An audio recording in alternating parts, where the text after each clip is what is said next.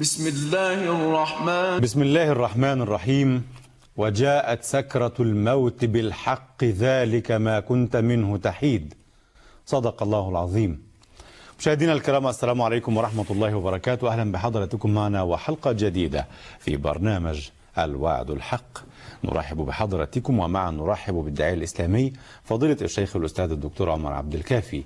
مرحبا بفضلاتكم معنا في حلقة جديدة. بارك الله فيكم. مشاهدينا الكرام، بداية نشكر حضراتكم ونشكر هذا التواصل مع برنامج الوعد الحق، سواء كان بالبراق أو بالاتصالات الهاتفية. ولله الفضل والمنة، كان أثر حلقة الأمس وفاة النبي صلى الله عليه وسلم كان لها مردود طيب لدى المشاهدين، برغم أن فضيلة الشيخ حرمنا من كثير مما لديه من علم ومن من الله سبحانه وتعالى عليه رأفة بنا وبه وبكل السادة المشاهدين، لأن الأمر صعب جدا ولا يتحمله أحد وحده كما ذكرت فضيلتكم أمس. فاكتفيتم بعرض الإطار العام للموضوع. نعم، لأن الموضوع فعلا صعب على النفس البشرية، ولكن من الصعب إلى الأصعب. ربنا يهون علينا جميعا إن شاء الله يا رب يا رب. في اليوم نتحدث عن أول منازل الدار الآخرة. نعم.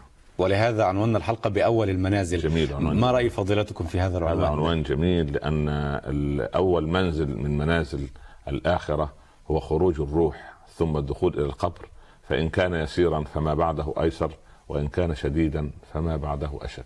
هكذا قال ذو النورين عثمان رضي الله عنه. ونحن يعني هذا استلهام طيب ومن أو استنباط طيب من كلام عثمان، أن القبر أول منازل الآخرة، خروج الروح، وأول خلاص الدنيا رحلت والآخرة مقبلة، وهذا هو الوعد الحق. عزرائيل، ما أثر هذا الاسم على كل نفس بشرية حينما تسمعه؟ ما وصف ملك الموت؟ ما هيئته؟ هل له أعوان أم لا؟ كيف يبدو الكون بالنسبة له في الحجم؟ كيف يقبض الأرواح؟ هل هنالك أمارات محددة تخرج بها روح المؤمن وأمارات أخرى تخرج بها روح الكافر؟ هل للمتوفى علامات محددة تظهر على شكله الخارجي؟ هل لخروج الروح نزعات معينة من قبل المسلم أو المؤمن أو على غير ملة الإسلام والعياذ بالله الكافر؟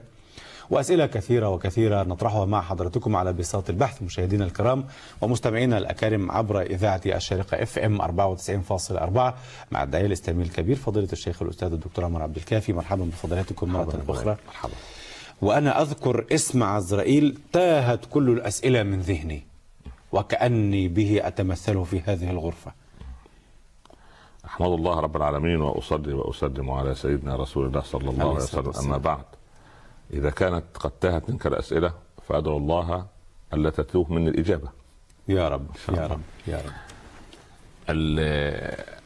الإنسان يعيش في هذه الحياة ثم تأتي لحظة الرحيل. نعم. لابد إنك ميت وإنهم ميتون. كل إنسان سوف يغادر هذه الحياة. كل ابن أنثى وإن طالت سلامته يوما على آلة حدباء محمول. لابد أن ننتقل من هذه الدار إلى دار الحياة الأساسية. نعم. إن الآخرة اللي هي الحيوان، إن الدار الآخرة اللي هي الحيوان، لأنها هي الحياة الأصلية والحياة الحقيقية. نعم. للإنسان. الله عز وجل في بعض الناس يرسل إليهم نذرا. رسل يعني قل هذا التعبير يجوز. لماذا؟ لا، هذه النذر بعد النذير والبشير الأول سيدنا محمد صلى الله عليه وسلم، كتاب الله كلام رسوله صلى الله عليه وسلم، يأتي الإنسان نذر. نعم. ربما كبر السن، ربما مرض مستعصي، ربما حادثة معينة توقفه وتعيد يعيد فيها حساباته حتى يعيد التوازنات مع نفسه. نعم. ربما فتح لك باب العمل وأغلق عليك باب القبول، وربما أتاك بالذنب لتتوب فكان سببا للوصول. مرة ثانية. ربما فتح لك باب العمل. نعم. وأغلق عليك باب القبول، أن في رياء، في عجب. يعني الله عز وجل لا يتقبل هذا. في شرك. من أشرك في عمل معي غيري. ربما فتح لك باب العمل وأغلق عليك باب القبول، وربما أتاك بالذنب لتتوب. نعم. فكان سببا للوصول. يا سلام. يعني الذنب قد يكون نعمة لبعض الناس. نعم. أن يتوقف، يستغفر، يبدأ صفحة جديدة. هناك يعني ليس معنى هذا أن ملك الموت قريب من كبير السن أكثر قربا من صغير السن، ولا ملك الموت أقرب إلى المريض منه إلى الصحيح. هذه قضية غير موجودة بالمرة. ملك الموت معه مواعيد محددة يبلغ بها أن فلان حينه يوم كذا، أي يوم وفاته كذا، يوم الفلاني في المكان الفلاني في الساعة الفلانية، لا يستقدمون ساعة ولا يستأخرون. خلاص. نعم. يعني لبرز الذين كتب عليهم القتل إلى مضاجعهم. صحيح. يعني يبرز، انظر التعبير العجيب، يبرز ليكون في المضجع. نعم. يعني البروز وقوفا، صح، ليكون بعد لحظات المضجع. هو كده يبرز إلى مضجعه ليصل بنفسه إليه أو يوصل إليه. الإنسان لما نجلس بجواره الذي ينازع، نريد أن نعيش هذه اللحظة ونحن لا نشعر بما يشعر. طيب معذرة، هنالك موت الفجأة، هذا لا نشعر به. هذا لا نشعر به لأنه راحة للمؤمن وحسرة على الفاجر. جميل. وهناك مرض الموت. هناك مرض الموت، هذه من باب رحمة الله للعبد، تكفير سيئات ومحو الذنوب ورفع درجات. يعني المفروض أن نفرح يعني بمرض الموت.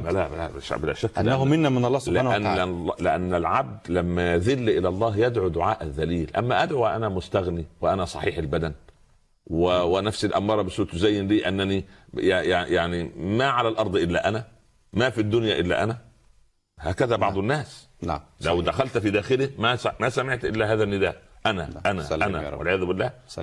فلذلك المسألة تريد من الإنسان أن يذكر الموت على الأقل في كل صلاة. نعم. يعني صلي صلاة مودع. صح. صلي على أنها آخر صلاة. صحيح. فأنت يعني سبحان الله عندما يحين الحين الموت الفجأة ده راحة للمؤمن. تمام. بلا شك. ومرض الموت نحن نقترب حتى نصل بفضيلتكم إلى ساعة الروح. مرض الموت. نعم. طال مرضه، جلسنا بجواره، أقر الأطباء أن يعني خلاص حالته ميؤوس منها، عاجز الطبيب. نحن نجلس بجوار المتوفى، ربما يحجب لسانه عنا، لا يتكلم، يدخل لسانه، ربما هو في عالم آخر، بدأ يدخل العالم الآخر ونحن ما زلنا في الدنيا. فضيلتكم تحاولون انتقاء الألفاظ. نعم. تقول يعني يحجب لسانه عنه. نعم. لم تقل يشل أو لا يعني يحجب يريد أن يتكلم فلا يستطيع. لا يستطيع. خلاص تمام. وبعدين سبحان الله العظيم هو يبدأ في اختراق حاجز الزمان والمكان. بمعنى أنه يعيش معنا ببدنه لكن يرى أمورا لا نراها. تماما غيبيات. لا نحن لا نرى ما يرى. يرى بعينيه ايضا يعني ام بروحه فقط ام باحساسه؟ بعينيه وبشعوره وباحساسه وبالهاماته هكذا. ولو رد اليه القول لما قال لنا ماذا راى. لا يستطيع تكييف لان موضوع يعني لما قال ربنا فكشفنا عنك غطاءك فبصرك اليوم حديد، اكثر حده يرى حقائق الامور كما هي، يرى تفاهة الدنيا. أنا لا أرى تفاهة الدنيا. يرى عظمة الآخرة، نحن لا نرى عظمة الآخرة. مر البصري على قوم يبكون صراخ ما هذا؟ قال يبكون على متوفى لهم.